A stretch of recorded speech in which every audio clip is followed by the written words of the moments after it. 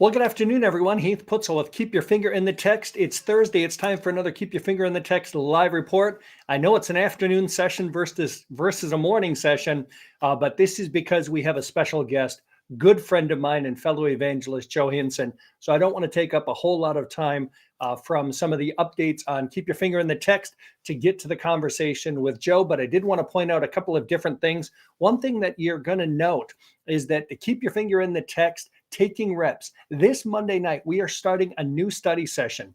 It's going to be on Genesis chapters 1 through 3. So if you want to dive into that, I want to encourage you to go out to sfoi.org, click on evangelist information, click on keep your finger in the text, taking reps, fill out the contact form. We'll get you the logistical information so that you can join taking reps as we work through our next study session on Genesis 1 through 3. You'll probably be getting an email here over the next couple of days with that information as well. But if you have been waiting to jump into the new study session, Monday night, April 1st, it's not an April Fool's joke, but April 1st, we're going to be starting a brand new study session. The other thing I want you to put on your calendar is coming up in July. In July, the Republican National Convention is going to be in Milwaukee, Wisconsin. We are going to be there, and we're going to be doing an outreach, and there's more details coming out on that as well. So put that on your calendar. It's going to be July 15th through the 18th, or possibly the 19th. I just have to double check my dates on that as well. But it is the July 15th through the 18th in Milwaukee, Wisconsin, the Republican National Convention. And we're going to be out there preaching the gospel. So keep those updates on your mind, but also want to bring on Joe Hinson, good brother of mine. You can see his picture right there. So let me go ahead and bring him on, and we're going to talk about a lot of things related to not only to George Whitfield because of some of the programs at Sports Fan Outreach, but learn a little bit more about his ministry as well and his passion for preaching the word. So let me go ahead and bring Brother Joe on here. Good afternoon, brother. Hey, how's it going? Good. How are you? Doing all right. Yeah. Good, good. And thank you for taking the time out of your busy schedule to join us. Yeah. So I want to introduce everybody to you per se. You're Sure. from Provo, Utah, formerly from Dallas, Texas anyway. So Yeah. if you can share a little bit about that first and foremost, how'd you make the switch from Dallas to Provo and everything going on there? And then we'll kind of go back in time a little bit. Yeah. This has been about a 10 or 12-year journey for us. My family and I, we made our first trips up to the Provo central Utah area about 12 years ago, just trying to discern a ministry call and maybe a call to come here and begin doing some kind of outreach to the LDS people. Okay. Wasn't sure exactly what that was going to look like, but yeah, it's been a long journey, and we're happy to be here. We moved here full time last June. Yeah. Okay. Yeah. So it's been almost a year. Hmm. And most of your ministry, of course, was back in Denton, Tennessee, or Texas, excuse me, Yeah. not Correct. Tennessee, Denton, Texas. Yeah. So I want to go back in time, though, to introduce everybody to you. Some of everybody at Sports Fan Outreach knows about you. Others don't. So ultimately, can you kind of share with us a little bit? How'd you come to Christ? Yeah. So I made a false profession of faith at the age of 18. But I think I had a couple of weeks left of high school, and I thought I put this off long enough, maybe I'll get it out of the way, and answered the altar call at the evening service at our church that we were members of, or attending, I guess would be better said. Yeah. And the pastor said, "Now repeat after me." As I went down front during the evening altar call, and he said, "Repeat after me," and me and several other people, we said, "Dear Lord," and I couldn't tell you one thing that we said after that meant so little to me. My understanding of it was some kind of a swearing in ceremony, and so I left the church.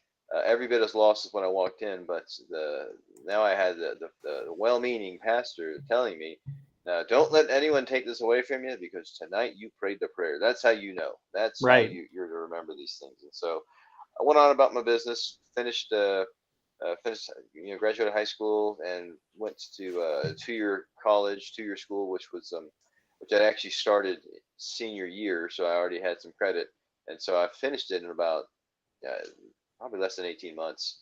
And so I graduated in August of '97 and was married in December of '97, and we moved to Dallas that same month. And the very first thing to go was any kind of a godly pursuit, any kind of spiritual development. Sure. No Sunday morning attendance, and didn't miss it, didn't care.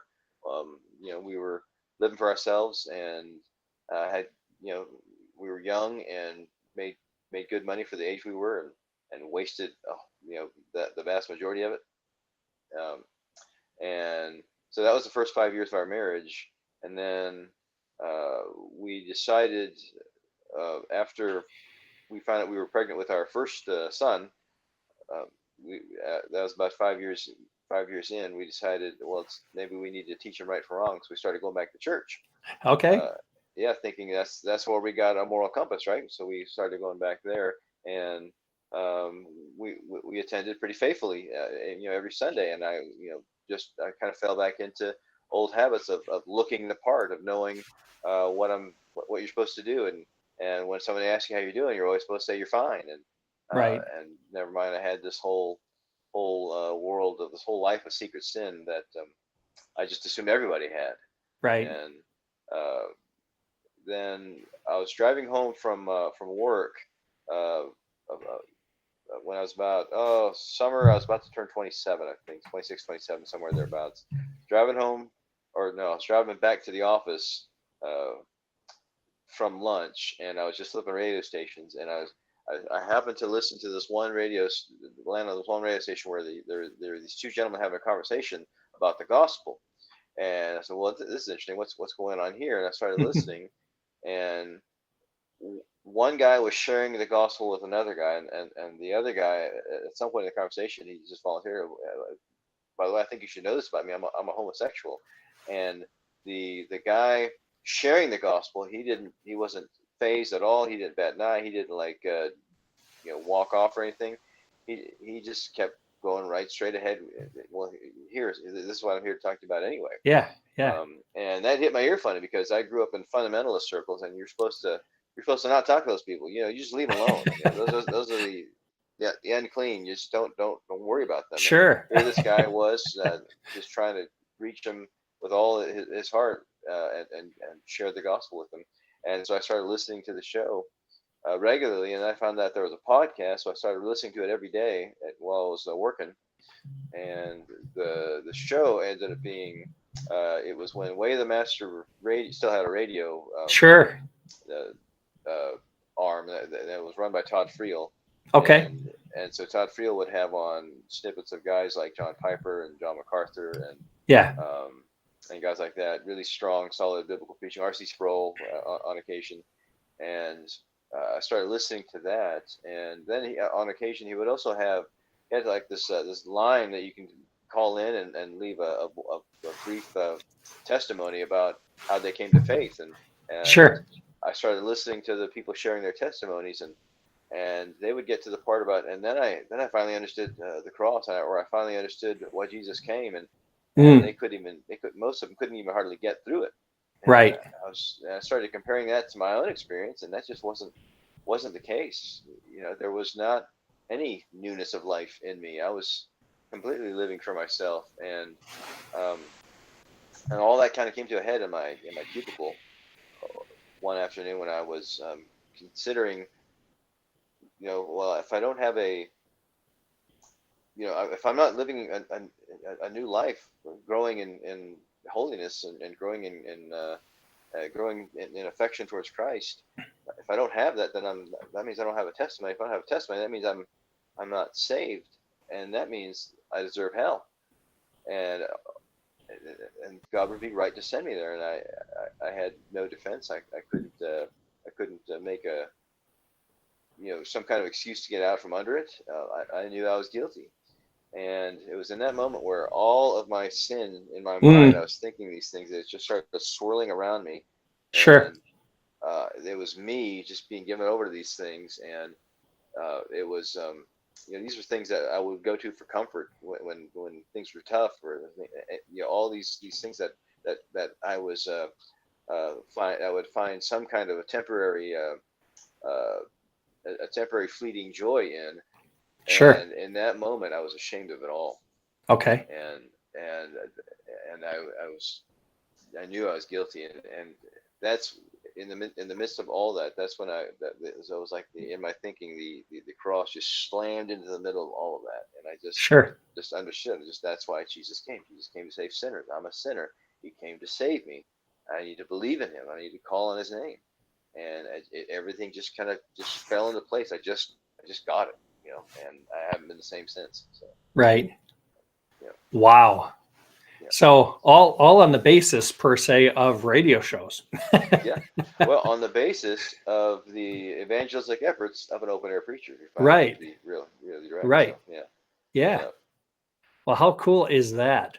Yeah. So you said things haven't been the same. So how has that progressed per se? Because now you're open air preaching, you're involved in evangelism in the open air. So how did that transpire from the point that you came to um, the realization, or God provided you the realization of the weight of all of your sin?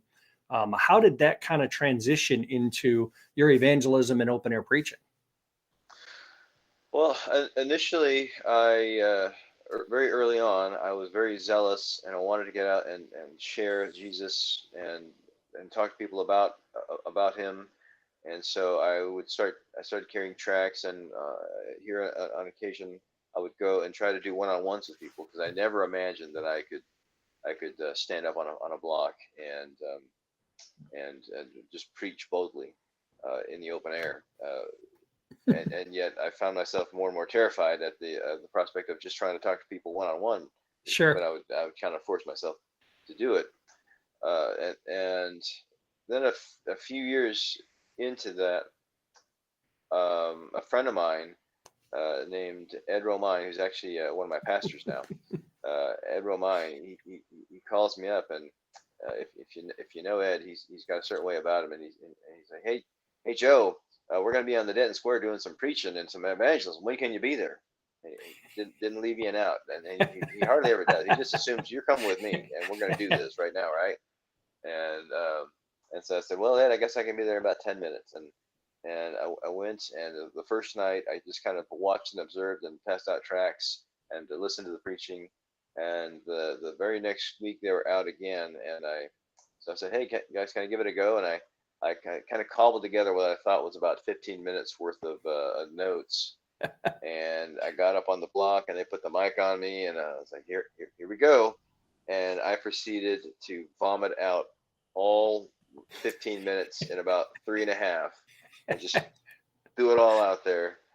And I got off at the block, and everybody was like, man, that's great. That's good. And Ed had some really encouraging words for me. And so I just kept going from there. And, since then, all of my desire and growth and equipping has been kind of in that direction. And, the Lord has seemed to honor it. So. Right. Right. And Denton Square was a prime ministry location for you when you Yeah. guys were in Texas too, right? Yes, and that's the open air part started. That was probably about 2014 when I started doing that, Okay. and so I've been growing in that direction um, since then for sure. Yeah. Yeah. And then before you left for Provo, had a lot of other guys, of course, the Denton, I guess you could call them the Denton Mafia, Yeah. Yeah. still there. So Yes. Going strong. Yeah. yeah. It was so it went to where it was just me on a Saturday on the Denton Square, and then I found out there's another guy who's coming out on another day, and so I talked to him. I said, "Hey, what if we kind of work together?" And we listened to each other's gospel, and found much agreement, and so that was helpful. And what if we just work together, and we can get more done? And so then it was the two of us, and then it got up to where there was like 13 or 14 people coming out on a Saturday night. Right. And then from that, a couple of guys rose up, and one of them has since gone on to be full time, and the other guy is working towards it and getting closer every day. So yeah. Yeah. Yeah. And again, praise God for your faithfulness there. And I'm sure, Lord willing, the same thing will happen in Provo, Lord Amen. willing. So, Yeah. so, this is all going on roughly about, if I take a step back timeline wise, probably about 2003, 2004-ish. Is that right? A conversion. Yeah. That's about 2006, 2007, I think. Okay, Yeah. 2006, 2007, Yeah. 2013, 2014, out there, open air. How did you come across Sports Fan Outreach?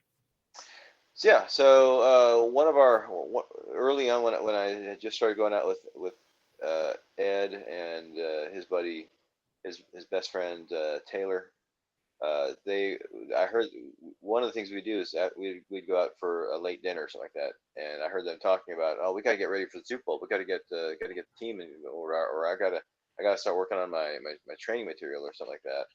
And I said, what do you guys talk about Super Bowl? And I started asking him about that, and he said, oh, you wouldn't be interested. I said, no, tell me. Well, he explained that, well, we go to the Super Bowl every year, and we go with this ministry, and we go and preach the gospel out in the open air. And by the end of that conversation, I was like, yeah, would you send me the information? I think I really need to be a part of that. And so my first Super Bowl was Phoenix 2015. Yeah. And I've been Okay, to all but one since then. So yeah. right. And a couple of them you've led teams. I've led. Let's see. I led in Houston. I led in Miami. Um, have I led? Oh, I led in Phoenix. Second Hmm. Phoenix. Yeah, Right. Phoenix Part 2. Yeah, yeah, Yeah. Yeah. So you've also led a couple of the other outreaches from Sports Fan Outreach. I know the NBA All Star Game a couple of years ago, yeah. of course, in Salt Lake City, Utah as well. That was a But cold one. yeah, same weather as here in Wisconsin during Yeah. those times. But as you've been working through Sports Fan Outreach anyway, as well as your transition to Provo with Dr. Ed as well, Mm. in Provo, what are some of the primary ministry locations that you minister at?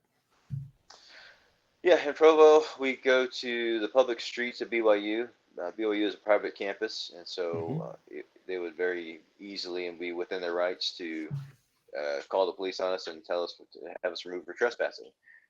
We also go to there's another public university in Provo, or in Orem, I should say, which is connected to Provo, and it's Utah Valley University, Okay. and that that's a little bit of a different layout.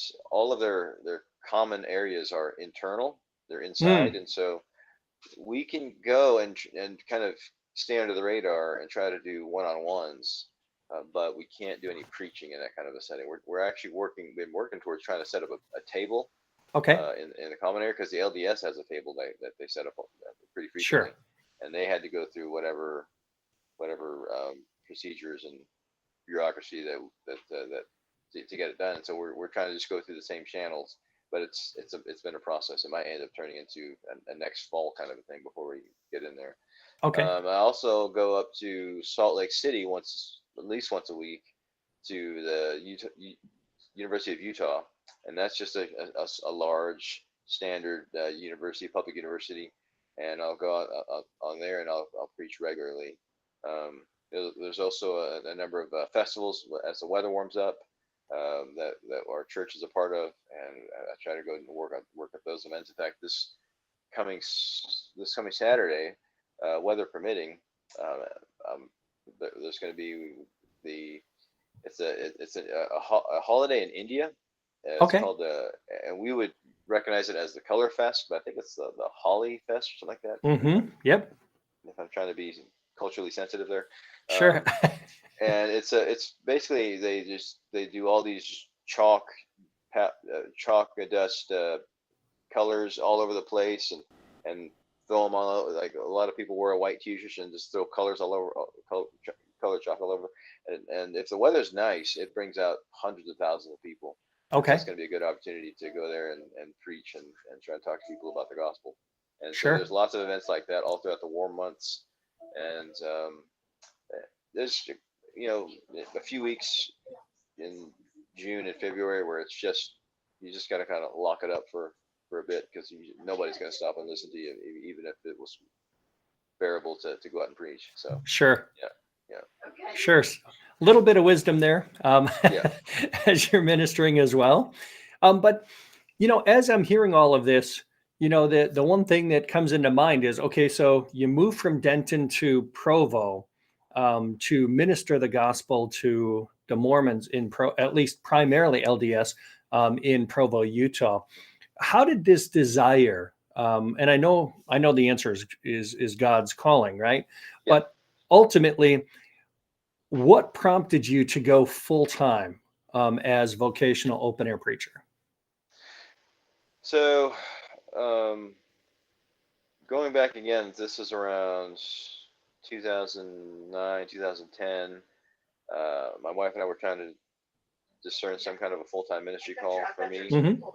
and wasn't sure what that was really going to look like, but I knew I needed some kind of equipping, because I didn't have any kind of training, any kind of formalized training of any kind. And so as me and my wife started praying in that direction, and the Lord opened a door. There was a church in Denton that offers a training, that's it was put together by a seminary student. It was his, I think it was like one of his final projects, Okay. and he put together this curriculum to bring a seminary level training, uh, to indigenous pastors all over the world. Oh, Um, wow. yeah, and this church was, they recognized the situation where it was a pretty big church. And they had a lot of means, and they could afford to bring a handful of pastors a year in and put them through seminary. Hmm. But what they started finding is they would get here and get a taste of the American life and comforts, and they wouldn't go back home. They're like, hey, no, we brought you here so that you can build up your church back home. And Sure. you're like, no, I'm staying. And so they realized, well, we've got to keep the pastors there. And so they found this curriculum and started, setting up schools all over the world, and they offer the same training at their church to guys who are interested in either going full time or going into church leadership at some level. Sure. So while I was in that program, it takes about 2.5 years. Hmm. That's when LDS missionaries started finding me, and at the time we still called them Mormons. Right. They started finding me. I started reaching out to them. I would see them everywhere. They would be walking down the street, and this is, I'd see them occasionally, but there was this season where I was seeing them all the time, and Sure. I would make a concerted effort to turn around, go talk to them, and start trying to reason with them and present the clarity of the gospel, the biblical gospel, in distinction to what they believe. And in that process of just studying up and looking into what they were taught, and looking at and comparing it to what the Bible says, and Hmm. trying to find a way of communicating that clearly and succinctly, I just got a heart for them. And I started, you know, trying to figure out, well, what does that mean? And um, then about towards the end of the program, I started joke. I just jokingly said to my wife, "What if God is calling us to Utah to like plant a church or do some kind of a work there?" And Sure. she's like, I thought about that like 3 weeks ago, but I was afraid to tell you. I thought you'd get too excited. Oh, So wow. yeah, and so with that bit of that scary bit of a agreement, we started praying in that direction, and it took a while. There's some delays along the way, but we finally got here. Sure. As far as full time open air preaching, that kind of grew as I was, getting more and more involved with SFOI, and I don't remember much about what was said at my first Super Bowl, but at the second Super Bowl, that's when Bill Adams, the founder, he gets up and he says, "Hey, this is just kind of a little bit of a taste of what this life is, and if you're interested in wanting to do this full time, we have a program that we'd love to help you with, and and get you plugged in, and we'll train you up. We'll give you everything you need to get going, so that you can be committed to this full time wherever you're at. But come talk to us about it, and it's called the George Whitfield Program. And Hmm. go to this website and look and get more information. And that would have been my second Super Bowl. That was San Francisco, 2016, I guess. Mm-hmm. And it took a few years, but so I was in the program like immediately, 2017, I guess. And then I went full time in 2020. So yeah. Okay. All right. So, it was just kind of as a prompting from Bill to dive into the George Whitfield program. Yeah, because I'd already been growing in a just a love for this mode of ministry, this mode of evangelism, of preaching in the open air. I was just felt very suited to it, and it's just where you give me a stump and a Bible, and I'm as bold as a lion. Sure. And glory to God for it. Yeah. Whereas you tell me to go knock on that guy's door and tell him about Jesus. I'm like, are you sure about that? I mean, right. So, right. So 2017, kind of heard the exhortation from Bill to jump into the George Whitfield program. Share a little bit about the program itself. I know Bill said, hey, do you want to go full time? But you've been a part of this for the better part of 7 years now. The George Whitfield program. Share with everybody a little bit more about the program itself, what it's designed to do. How does it help us for those that go full time? So the George Whitfield program, it is designed by Bill to find, train up and equip guys to go into full-time evangelism ministry, specifically evangelism with a focus on open air preaching. Mm-hmm. We are an open air preaching ministry. That is our first and foremost commitment. Now, if people come up and want to ask questions, we love that, and we will happily entertain those conversations. But our focus is we start in the open air, and that's what Bill has been doing for a few decades now on his own, and growing Sports and Outreach International as a whole, and that's what he wants to kind of build up, more proclaimers of the gospel. I think there's a tremendous need for it in our country and even all over the world. I think more gospel preaching in the public square is better than less gospel preaching in the public square, and so we're devoted to that, committed to that. And so the program is designed to take you from, well, I've been preaching on the weekends for a while now, but now what do I do? And I still got to pay my rent and feed my family. We want to help you with all of that. We're not saying that it's going to be immediate, that's going to turn around, but we'll give you all the tools that you need to get that done. The program is divided into two tracks. Track number one is what would be what your first year person comes into, and they're going to learn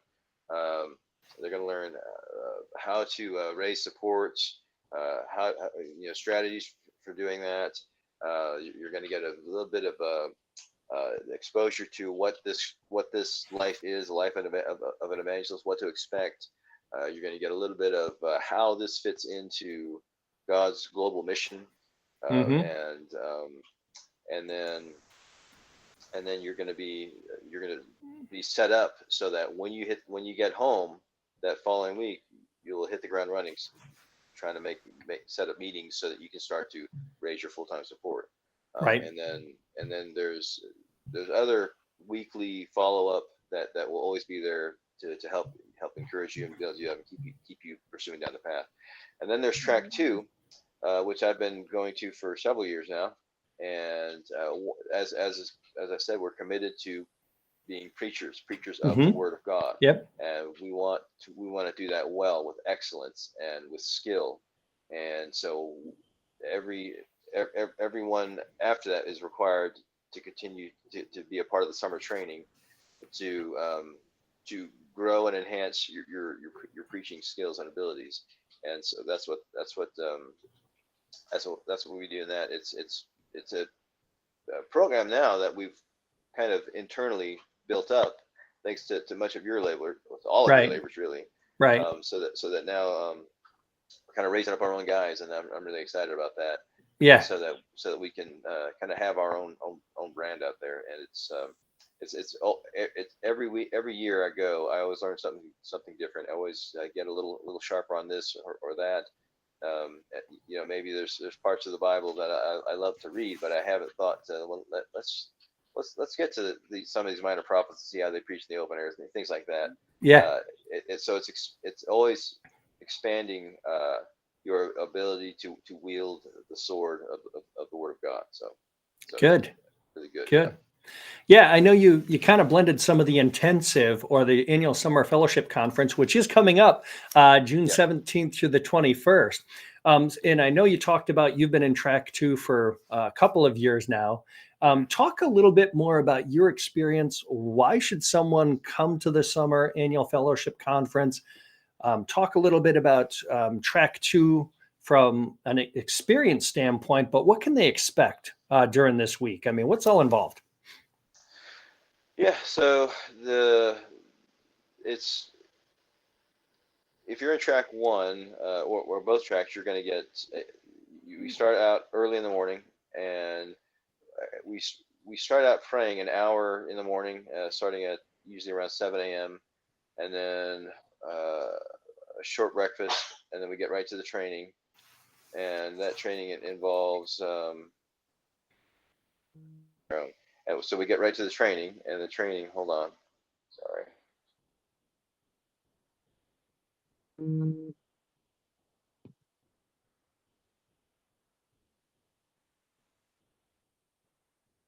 No.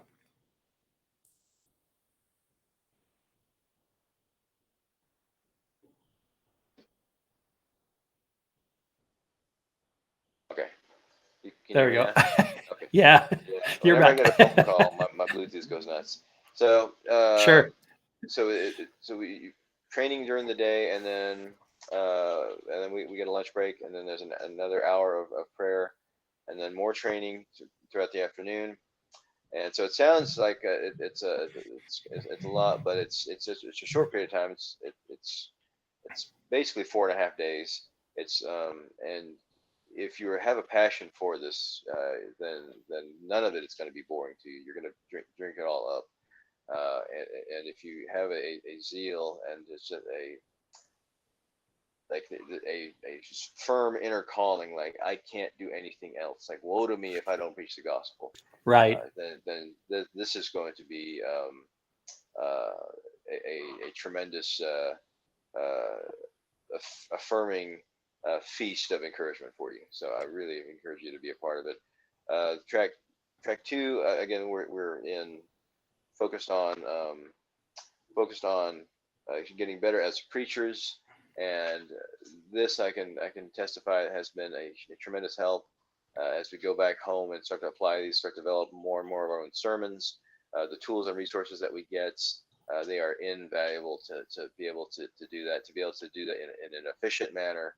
And I mean, you can spend as long as you want on a sermon, and really you can spend 100 hours on it, but sometimes you don't have 100 hours. Right. Sometimes you've got 12 hours or 4 hours, and these tools are designed to make the most of what you got with the time that you have, and it's really, really helpful. And so I really, really encourage you to be a part of it in any of the phases that we offer. But my personal favorite, is the 5-day intensive, because I just appreciate it all unpacking. We unpack the whole thing all at once. We get to build the car and even drive it down the road a little bit in one 5-day go, and instead of, you get a piece of it and then you got to wait a week, and you got to get another piece of it and you got to wait a week. Now, if that's the only way you can get it during one of our online, 8 week, whatever, however many week it is, then get it that way. It'll help you. I've done both, and they're all, I like them all, but my favorite is the 5-day intensive. So Sure. So yeah, I mean, I agree with you. It's been a couple of years since I've been a part of, the annual summer fellowship intensive or conference. And it's a great time to meet together versus being as we are here online. And it's a great time to just labor and fellowship with one another and build one another up as preachers as well. Now, you talked a little bit about follow-up afterward. As you go through the year per se, Yes. what is that involved? I mean, so I'm in the George Whitefield program, gone to the summer fellowship conference. You're talking about these weekly meetings. What kind of happens during those, and what role, being one of the, I guess you could say, longest George Whitefield program members, what role are you playing in that as well? Yeah. So there are, if you join the program and decide to go full time, I mean, there's going to be an application interview process to do that. And as you go full time, one of the things that you do after, basically, this will start after you go to the summer training. One will be required to be a part of a two weekly calls. Number one is a team call that's on Monday afternoons, and this is required for everybody, and we all get on one conference call or video conference even, and we will basically want to share with each other the previous week's outreach testimonies, and different things that happened, different places that we went to, and then we have to talk about we are the George Whitefield program after the famed evangelist George Whitefield, and we are required to read a sermon from him once a week, and then we discuss it, and then we offer up a few brief ministry specific prayer requests, and have a time of prayer. That's the first call. The second call will be on an individual basis, one-on-one, and it'll probably be with me or with Sterling Long, depending on what part of the country you're in, and we would just want to talk to you on an individual basis, ask you how you're doing, ask you how your support raising is going, find ways that we can encourage you to keep pursuing it, and to keep persisting in it. And then another thing that we're required to do is we have to read. I have it right here. A chapter out of the 2-volume set of the biography of George Whitefield. This is required, especially if you are first year. You have to get the whole thing read through, and so we just want to discuss it. There's a lot of really positive aspects to his life. It's just his example, his work ethic. There's a few negative things. Nobody's perfect, Right. and we just want to discuss all of those things, and that is required reading. Those are the required materials to be a part of the George Whitefield program. And we just wanted to, and so we got a weekly kind of a coaching call from me or from Sterling, just to see how you're doing, encourage you to keep pursuing it, and pray with you to that end, and to try to be real precise and specific with our goals that we want to pray for, and trust that the Lord's gonna lead you all the way to the goal of being full time. Yeah. Right. Yeah, and as you're listening to this, you're hearing a lot about George Whitefield. And as Joe said, lots of positive things when it came to his constancy of the gospel, the studying and the preparation and the preaching.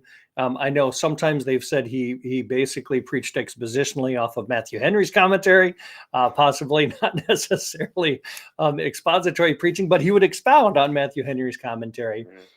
But at Sports Fan Outreach, we're about mobilizing the next generation of George Whitefield. So George Whitefield is kind of like a role model. So if you're hearing a lot about George Whitefield, that's why a lot of our stuff is modeled after George Whitefield for his open air ministry. But I do want to say, Joe, one of the things that we talk about that annual summer fellowship conference as well.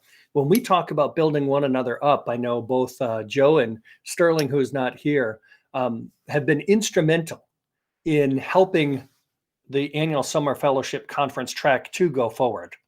So I do want to thank you for that as well, because some of the feedback that goes on during that summer 5 days helps us for the next year.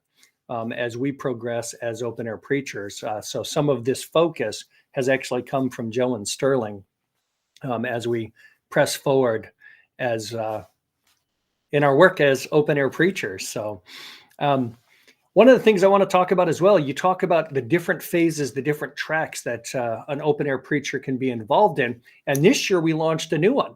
I think as a result as well. And that is the George Whitefield Preaching Academy.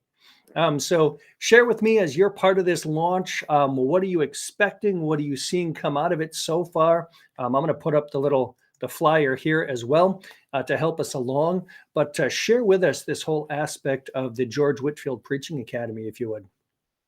Yeah. So one of the commitments that we have in the George Whitefield program is a commitment to continuing educations in our specific ministry call, and to that end, with a lot of labor, the George Whitefield Academy has been developed largely by Heath's efforts, so that we can kind of have our own built-in avenue of continuing and having a a certified education. It's not going to be a degree or anything like that, but it is going to make you better. You will be an improved preacher, and you'll have all the class time and the discussion times within our group to get sharper and sharper, and the environment that we try to foster is always one of encouraging, never one of tearing down, always wanting to build guys up, and always wanting to help guys get sharper with their use of all the tools that we've get utilized. And so I guess it takes about 2.5 years roughly to get through all the parts of it.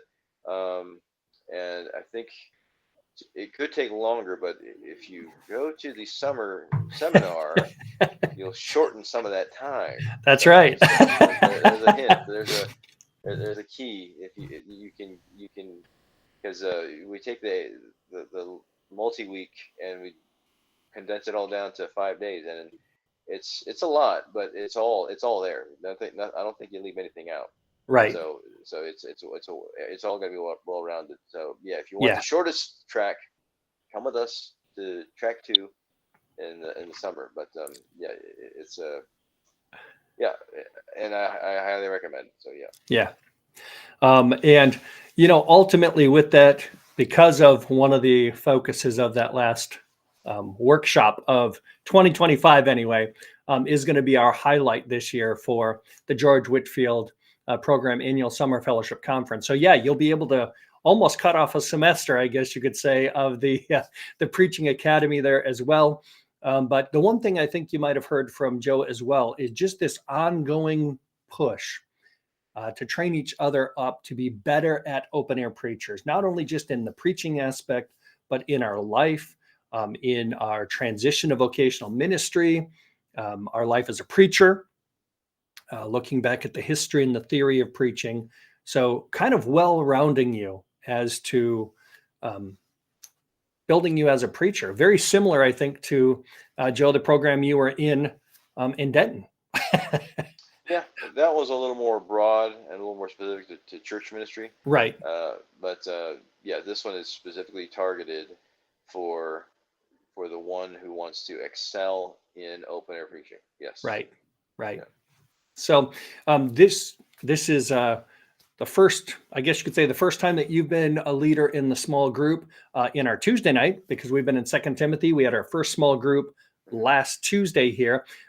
Share some insights as you were leading through that group as to, people presenting their work and getting some encouragement and some exhortation as well. Yeah. So, in my group, we had 2 guys presenting, and one guy has done it a few times before, and the other guy was a new guy. And so the new guy had the benefit of getting to see the guy who's presented go through it before. And so yeah, I love the dynamic of the group, and the environment is always one of encouraging. And it's designed to help us to be better. Uh, as we're looking at the text, more eyes on the text is just going to be helpful to you. Don't think that they're trying to tear you down. They're trying to point out oh, you missed this, you missed this. But it's just folks who miss stuff. That's just Right. that's just the kind of creatures we are, and Yeah. we want to help you catch all of it so that you can, really have a fully formed, gospel-oriented expositional sermon from anywhere in the text. Right. Yeah. Good. Good. And the one thing too is you're a part of either the workshops, you're a part of the preaching academy, which the workshops are a part of. We do want to focus you in on the text, but we are all about encouraging to excel still more, because none of us have really arrived at the perfect sermon. So it's always good to have brothers who are passionate about it and also want to see each other grow from those small groups. So part of that is also being able to see that from a small group leader aspect as well. So, Joe, a couple more questions. I know we talked a lot about your ministry, a lot about your involvement in the Sports Fan Outreach, the George Whitfield program, as well as the Preaching Academy as well. As you look back on the diverse years, anyway, of evangelism and open air preaching, what have been some of the best tips you've learned or have been given regarding witnessing, evangelism, open air preaching? Let's see. Number one, always have a text. I should be able to walk up to you and ask you, what are you preaching from? What's your text? And you should be able to give me an answer. We don't want, do we want to tear down every gospel exhorter? No, but we're more than that, though. We are gospel preachers. We open up the word and we declare it and bring the gospel out of what is there. And so you should always have a text. And number two, as you are preaching the gospel and the need for it, and the reality of hell, and the glorious grace of Christ, people should hear it in your proclamation that you don't want them to go to hell. Right. That should be a part of it. If you ever get to where you're just so jaded and you just want to condemn them all, you need to take a break. You need to step back. Yeah. Amen and amen to both of those. We do. We want to be Bible preachers, and that comes with a text. And yes, always, I echo that, being concerned for their welfare, regardless of where they are with Christ at this point in time. So, Joe, you're given an opportunity. You're maybe at a Super Bowl outreach, or you're at like a place to speak, a couple hundred people there, and ultimately, words of wisdom for them. Someone's brand new, they want to get started. What would you tell them? Number one, if you really want to stick this out and be focused on this mode of ministry, being an open air preacher, go talk to your elders. Go say this is a passion that you have, and you feel a real draw to this kind of ministry, but you don't feel like you can do this without their seeing you as qualified to do it, because the thing is to open up the Word of God and say, "Thus saith the Lord." There's a weight to that, and so you don't want to just assume that for yourself. Now, if you're passionate and excited about it, and you have this inner calling, that's great. But let's look for external affirmation to affirm this inner calling, and that primarily comes from, I believe, our church leaders and maybe those seasoned seasoned, mature Christians around us that we've been walking with. Right. Good. Good. Brother, anything else you want to share? Yeah, let's see. As you know, I'm a full-time evangelist, and so I provide for my family based on partnering with others, so I can keep doing this work out in the open air full-time. And so, if you or anyone would be interested in partnering with me, you can go to the GeorgeWhitfieldProgram.org and go look under the Preachers tab and click on Joe Hinson, and I would love to talk to you about partnering with me. So. Good. Good. Yeah. And I put that link down there as well as part of the contact information, as well as Facebook. You can get a hold of Joe that way. Sometimes I don't know about phone numbers, so I just figure those are the two best places to, Yeah, I to am contact. on Facebook. Yeah, you can direct private message me there for sure. Yeah. Good. Good. Well, Brother Joe, thank you. I don't want to take up too much more of your time, but just thank you for spending the time with us to kind of share all that God's been doing in and through you and your family itself, as well as your connection with Sports Fan Outreach and the George Whitfield program. So, brother, thank you for all your laboring in the Lord. Yeah. So I'm glad. Just sit tight. I'll be back with you. All right. Well, you heard from Joe Hinson about how God worked within and through him, not only to bring about salvation, but also to carry on the ministry of open air ministry and open air preaching from Denton to Provo, Utah, and then beyond.